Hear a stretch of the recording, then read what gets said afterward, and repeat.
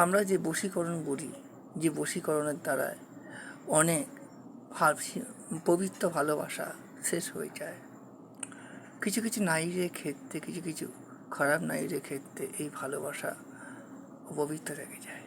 সেই অপবিত্রতাকে পবিত্র করা সম্ভব, সেটাই হলো একমাত্র মন্ত্র হলো, আমি বলে দিচ্ছি। সেই মন্ত্রটা করার পর কী করতে হবে সেটাও আমি বলে দিচ্ছি।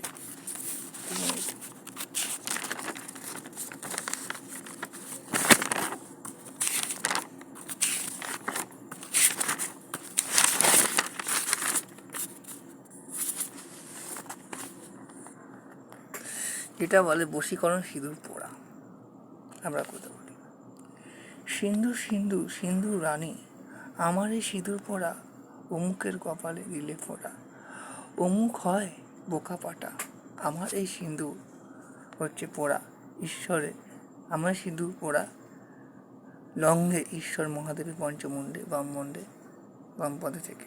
আবারও বলছি, সিন্দুর সিন্দুর সিন্দুর রানী, আমার এই সিঁদুর পোড়া অমুকের কপালে দিলে ফোঁটা। অমুক হয় বোকা পাটা, আমার এই সিঁদুর পোড়া লঙ্ঘে ঈশ্বর মহাদেবের পঞ্চমুণ্ডে বাম পদে থেকে।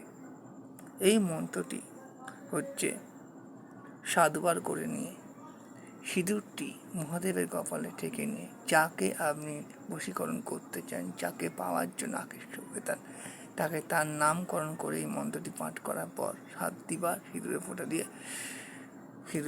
তার নাম উচ্চারণ করবেন, উচ্চারণ করে বলবেন, আর সেই সিঁদুরের ফোঁটা তার কপালে ঠেকালেই আপনার পুরো বশীভূত হয়ে যাবেন।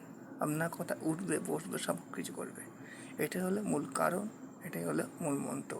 নমস্কার দর্শক বন্ধুরা, আজ এই পর্যন্ত।